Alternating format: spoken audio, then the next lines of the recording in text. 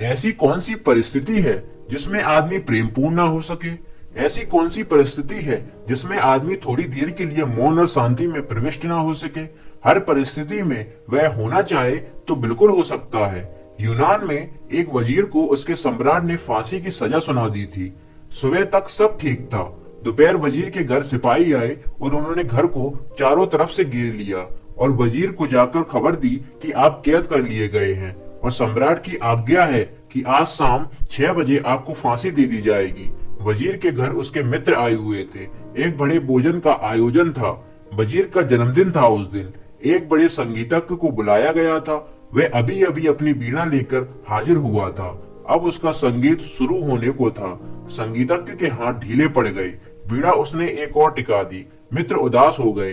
पत्नी रोने लगी। लेकिन उस वजीर ने कहा, 6 बजने में अभी बहुत देर है, तब तक गीत पूरा हो जाएगा, तब तक भोजन भी पूरा हो जाएगा। राजा की बड़ी कृपा है कि 6 बजे तक कम से कम उसने फांसी नहीं दी। लेकिन बीड़ा बंद क्यों हो गई? भोजन बंद क्यों हो गया? मित्र उदास क्यों हो गए? 6 बजने में अभी बहुत देर है। 6 बजे तक कुछ भी बंद करने की कोई जरूरत नहीं। लेकिन मित्र कहने लगे, अब हम भोजन कैसे करें?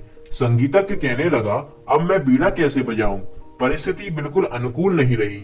वह आदमी हंसने लगा जिसको फांसी होने की थी। उसने कहा, इससे अनुकूल परिस्थिति और क्या होगी?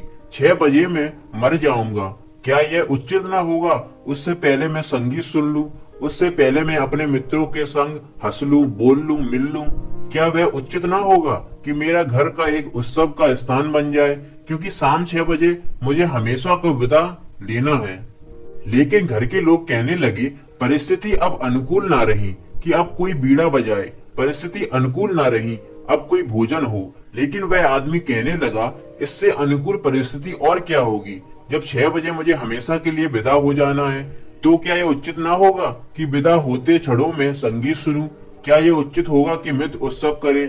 क्या यह उचित ना होगा कि मेरा घर एक उत्सव बन जाए, कि जाते क्षण में मेरी स्मृति में वे थोड़े से पल टिके रहे जो मैंने अंतिम क्षण में, विदाई के क्षण में अनुभव किए हैं। और उस घर में बीड़ा बजती रही और उस घर में भोजन चलता रहा। यद्यपि लोग उदास थे, संगीतज्ञ उदास था, लेकिन वह वजीर खुश था, वह प्रसन्न था। राजा को खबर मिली। राजा देखने आया कि वह वजीर पागल तो नहीं है। और जब वह पहुंचा तो घर में बीड़ा बजती थी, मेहमान इकट्ठे थे। और राजा जब भीतर गया तो वजीर खुद भी आनंद मगन बैठा था। तो उस राजा ने पूछा कि तुम पागल हो गए हो क्या? खबर नहीं मिली शाम को 6 बजे मौत तुम्हारी आ रही है? उसने कहा, खबर मिल गई, इसलिए आनंद के उत्सव को हमने तीव्र कर दिया है।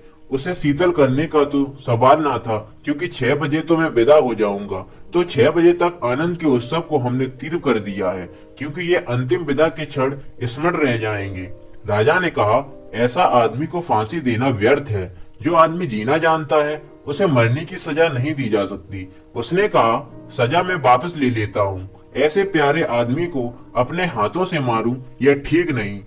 तो दोस्तों, जीवन में क्या अवसर है, क्या परिस्थिति है, यह इस बात पर निर्भर नहीं होता कि परिस्थिति क्या है।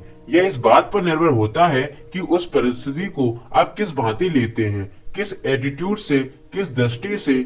तो मुझे नहीं लगता कि कोई भी परिस्थिति ऐसी हो सकती है जो अपने जीवन में सुख आनंद की तरफ जाने से आपको रोकती हो। आप ही अपने को रोकना चाहते हो तो बात दूसरी है, तब हर परिस्थिति रोक सकती है। और आप ही अपने आप को ना रोकना चाहते हो तो कोई ऐसी परिस्थिति ना कभी थी और ना कभी हो सकती है। थोड़ा ध्यान से अपनी दृष्टि को देखने की कोशिश करें। परिस्थिति को दोष मत देना। थोड़ा ध्यान करना इस बात पर कि मेरा दृष्टिकोण, परिस्थिति को समझने की मेरी वृत्ति, मेरी अप्रोच, मेरी पहुंच तो कहीं गलत नहीं है। कहीं मैं गलत ढंग से तो चीजों को नहीं ले रहा हूँ। फिर आप पाएंगे कि सुख दुख, सफलता असफलता, सब कुछ आपके नजरिए पर निर्भर करती है। अपनी सोच बदलो, फिर आपको हार में भी जीत दिखेगी, दुख में भी दुख नहीं दिखेगा।